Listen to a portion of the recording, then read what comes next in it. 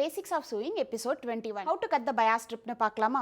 So பேசிக்காக ஒரு neckline finish பண்ண கேன்வாஸ் தான் பெஸ்ட் ஆப்ஷன். அது இல்லாமல் சம்டைம்ஸ் ஸ்லீவ்லெஸ் இருக்கிற பார்ட்டு இல்லை நெக்லைன் ஃபினிஷ் பண்ண உங்களுக்கு பயாஸ் ஸ்ட்ரிப் தேவைப்படும். இந்த பயாஸ் ஸ்ட்ரிப் யூஸ் பண்ணி தான் நீங்கள் பைப்பிங்கும் பண்ணுவீங்க. ஸோ பேசிக்காக லெஃப்ட் ஓவரில் எப்படி பயாஸ் ஸ்ட்ரிப் கட் பண்ணுறதுன்னு பார்க்கலாம். ஸோ இந்த மாதிரி லெஃப்ட் ஓவர் ஃபேப்ரிக்கில் தான் மோஸ்ட்லி பயாஸ் ஸ்ட்ரிப் கட் பண்ணுற மாதிரி ஆப்ஷன் வரும், பைப்பிங் பண்ணுறதுக்கு இல்லை நெக்லைன் ஃபினிஷ் பண்ணுறதுக்குலாம். ஸோ உங்களுக்கு வந்து இந்த லெஃப்ட் ஓவர் ஃபேப்ரிக்கில் பயாஸ் எதுன்னு அதாவது கிராஸ் பீஸ் எதுன்றதை கண்டுபிடிக்க முடிஞ்சால் ஓகே. அப்படி இல்லைன்னா ஸ்ட்ரெச் பண்ணி பாருங்கள். இந்த பக்கம் ஸ்ட்ரெச் ஆகலையா, இந்த பக்கம் க்ராஸாக எடுத்து பாருங்கள், நல்லா ஸ்ட்ரெச் ஆகுதா? ஸோ அப்போ நமக்கு பீஸ் வந்து இந்த இடத்துல இருந்து தான் எடுக்கணும். அந்த கிராஸ் பீஸ் வந்து இந்த இடத்துல இருந்து எடுத்தால் தான் பர்ஃபெக்டாக இருக்கும்.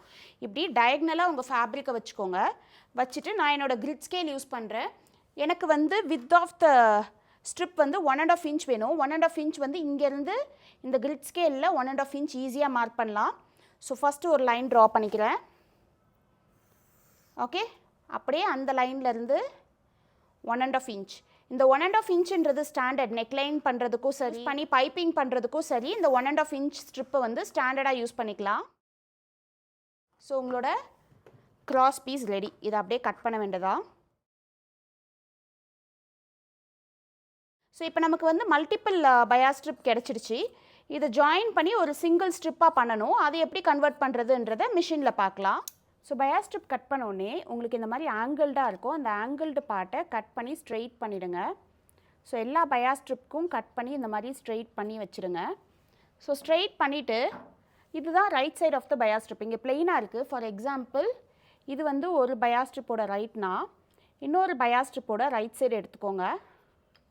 ரைட் ஆன் ரைட்னு இந்த மாதிரி ப்ளேஸ் பண்ணுவீங்க. ரைட் ஆன் ரைட்னு இந்த மாதிரி ப்ளேஸ் பண்ணிட்டு டயக்னலாக ஸ்டிச் பண்ணுவீங்க. ஓகே, டயக்னலாக ஸ்டிச் பண்ணுவீங்க. நான் இங்கே கான்ட்ராஸ்ட் கலர் த்ரெட் யூஸ் பண்ணுறேன். ஓகே, ஸ்டிச் பண்ணிவிட்டு ஒரு 1/4 விட்டுட்டு ரிமைனிங்கை ட்ரிம் ஆஃப் பண்ணும். 1/4 விட்டுட்டு ரிமைனிங்கை ட்ரிம் ஆஃப் பண்ணுங்கள். ட்ரிம் ஆஃப் பண்ணிட்டு இப்போ இப்படி ஓப்பன் பண்ணி பார்த்தீங்கன்னா உங்களுக்கு சிங்கிள் ஸ்ட்ரிப்பாக இருக்கும். ஓகே, பயாஸ் ஸ்ட்ரிப் வந்து ஜாயின் பண்ணி ஒரு சிங்கிள் ஸ்ட்ரிப்பாக இருக்கும், ஸ்ட்ரெச்சபிலிட்டி இருக்கும். ஸோ இதை நம்ம வந்து அப்படியே வச்சு ஜாயின் பண்ணால் ஸ்ட்ரெச்சபிலிட்டி வராது. இந்த மாதிரி டயக்னலாக வச்சு ஜாயின் பண்ணால் தான் அந்த ஸ்ட்ரெச்சபிலிட்டி, அந்த பயாஸோட ஸ்ட்ரெச்சபிலிட்டியை லூஸ் பண்ணாமல் இருக்கும். இந்த ஸ்ட்ரிப்பு கூட இன்னொரு ஸ்ட்ரிப் ஜாயின் பண்ணுன்னா இது ரைட் சைடு, இந்த ரைட் மேலே இன்னொரு ஃபேப்ரிக் வைக்கிற ரைட் ஆன் ரைட்னு சேம் அதே மாதிரி டயக்னலாக இப்படி ஜாயின் பண்ணணும்.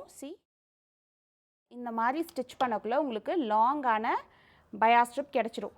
இந்த பயாஸ் ஸ்ட்ரிப் வந்து நீங்கள் நெக்லைன் ஃபினிஷ் பண்ண யூஸ் பண்ணலாம், பைப்பிங் ஸ்டிச் பண்ண யூஸ் பண்ணலாம். ஃபேப்ரிக்கில் நெக்லைன் ஃபினிஷ் பண்ணுறதுக்கு, ஸ்லீவ்லெஸ் ட்ரெஸ் ஃபினிஷ் பண்ணுறதுக்கு இந்த பயாஸ் ஸ்ட்ரிப் யூஸ் ஆகும். ஹோப் உங்களுக்கு இந்த இன்ஃபர்மேஷன் யூஸ்ஃபுல்லாக இருந்திருக்கும்னு நினைக்கிறேன். Thank you. Happy chewing, keep learning.